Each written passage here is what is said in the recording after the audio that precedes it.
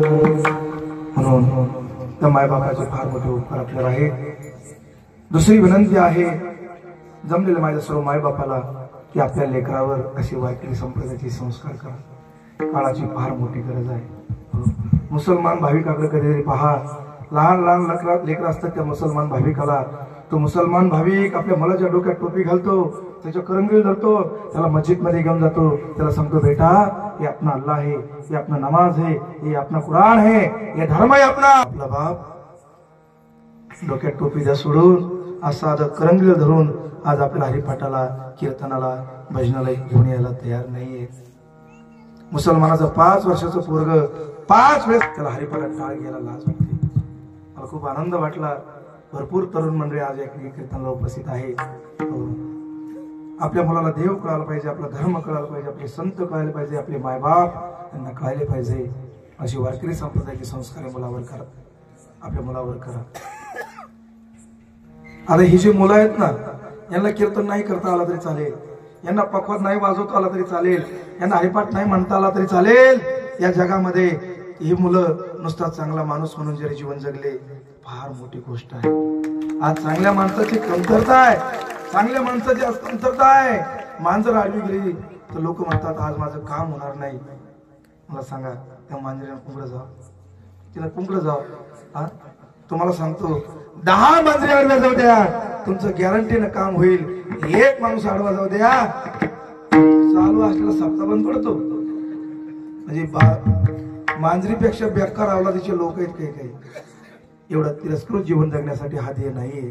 चांगलं जीवन जगा, चांगलं कर्म करा, जीवन जगत असताना एवढं गोड जीवन जगा।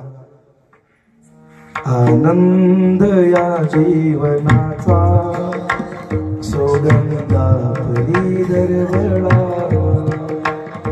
पाव्यातला सूर जैसा ओठातून आनंद या जीवनाचा सोगंदा परी दरवळा। चांगलं जीवन जगा, चांगलं कर्म करा। आणि एक विनंती आहे माझी, चांगले मित्र जोडा, कारण माणूस घडतोही संगतीनं आणि बिघडतोही संगतीनं। या जगामध्ये ज्या माणसाने चांगले मित्र आपल्या जीवनामध्ये जोडलेत, चांगले मित्र जोडलेत, आज त्या माणसाचं जीवन बदलून गेलं, कल्याण झालं। आणि ज्या ज्या माणसाला, ज्या ज्या मुलांना व्यसनी मित्र भेटले, आज ती मुलं संपून गेले, नाव सुद्धा त्यांचं या जगात शिल्लक नाही। म्हणून दादांनो, मित्र जोडत असताना चांगले मित्र जोडा, चांगले मित्र जोडा। जीवनामध्ये मित्र हा फार महत्वाचा आहे। हो,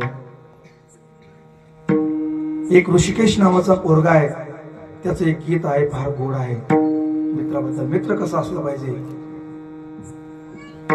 मित्र व नव्यामध्ये गारव्या सारखा, दुःख अडवायला उमऱ्या सारखा, मित्र व नव्यामध्ये गारव्या सारखा, वाट चुकणार नाही जीवनभर तुझी, वाट चुकणार नाही जीवनभर तुझी, एक तू मित्र कर आरशा सारखा, मित्र व नव्यामध्ये गारव्या सारखा, आत्महत्याच करणार नाही कुणी, आत्महत्याच करणार नाही कुणी, मित्र असला जवळ जर मनासारखा, मित्र व नव्यामध्ये गारव्या सारखा, मित्र व नव्यामध्ये गारव्या सारखा। चांगले मित्र जोडा, चांगल्या मित्राच्या संगतीमध्ये राहा।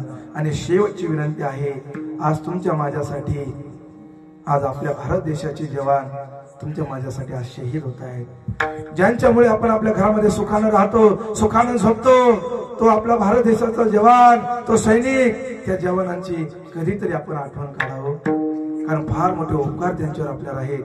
आपले शेजारी अफगाणिस्तान नावाचा देश आहे, त्या अफगाणिस्तानचं 3 लाख सैन्य होतं, 40,000 तालिबानी होते, पण त्या 3 लाख सैन्याने त्या 40,000 तालिबान्यापुढे आपलं शस्त्र टाकून दिलं. परिणाम त्या अफगाणिस्तानचं आज काय झालं? तालिबान झालं. तालिबान पारतंत्र्यामध्ये त्यांना आपलं जीवन जगावं लागतं. आज आपला भारत देश, आपल्या देशामध्ये आपण सुखानं राहतो, सुखानं झोपतो, एवढ्या आनंदाने आपण सप्ताह करू शकतो. कोणामुळं? त्या जेवणामुळं.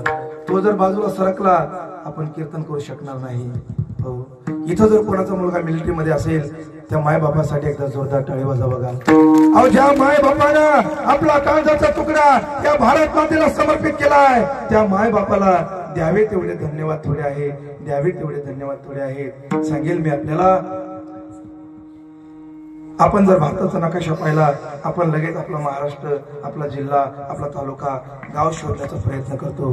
पण ज्या वेळेस ती मिलिटरी वाल्याची बायको भारताचा नकाशा पाहते ना, ती महाराष्ट्र नाही पाहत, जिल्हा नाही पाहत, तालुका नाही पाहत, गाव नाही पाहत. मग माझा नवरा कोणत्या बॉर्डरवर उभा राहून या देशाची सेवा करतोय, फक्त एवढंच बघते. एक गरीब घरचा पोरगा, त्याचं लग्न झालं होतं, हळद सुद्धा फिटायची राहिली होती.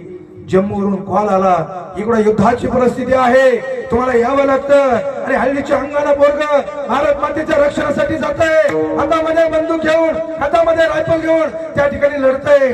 आणि त्या ठिकाणी लढत असताना 4 गोळ्या त्याच्या छातीमध्ये जातात आणि हल्लीच्या अंगानं पोरग भारत मातेसाठी शहीद होते. आणि त्या घरात निसून हल्लीच्या अंगानं विधवा होते. आज या गोष्टीचा आज विचार करण्याची गरज आहे.